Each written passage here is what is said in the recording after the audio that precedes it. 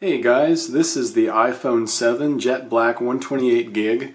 I've had mine now for about a month and I wanted to go ahead and give my impressions. So let's get started.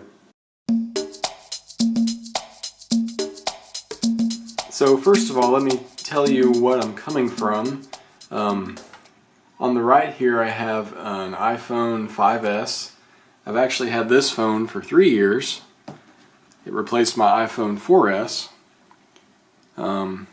It's really been through the ringer. I've replaced the screen on it, I've replaced the battery. It's been underwater twice, and it's still trucking. But it was just kind of getting on in age, and you know, if you're paying the same for your data plan, you're paying the same for your data plan no matter which phone you have, so why have a crappy experience and use an old phone? So that was part of my reasons for getting an iPhone 7. So here's the same shot side by side. It's pretty apparent, first of all, the contrast is so much better on the 7. And the color fidelity is also quite a bit better. Alright, so that's enough about the 5S. Let's get back into this. Okay, what are my favorite features about this? I'd say first of all the screen.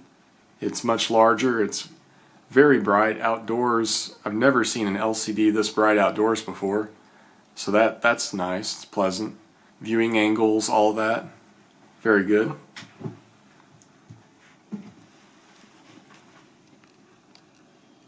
Come on, Roxy. Anyways, and just in day-to-day use, one feature I really like are the stereo speakers.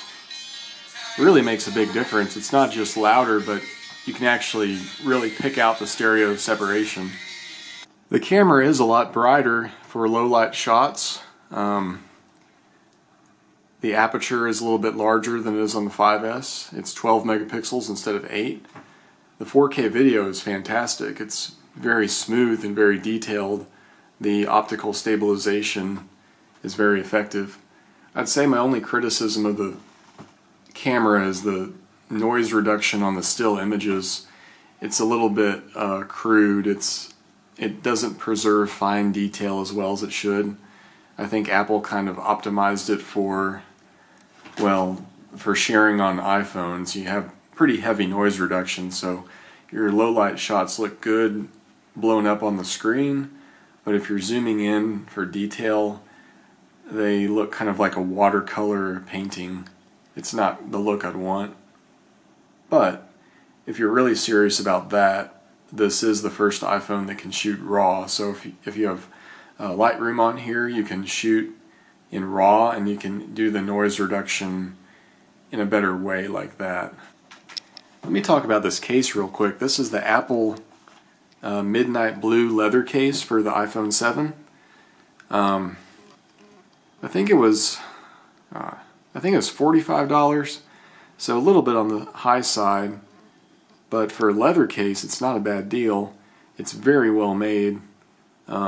Inside has kind of Alcantara that grips the phone well and keeps the dust out.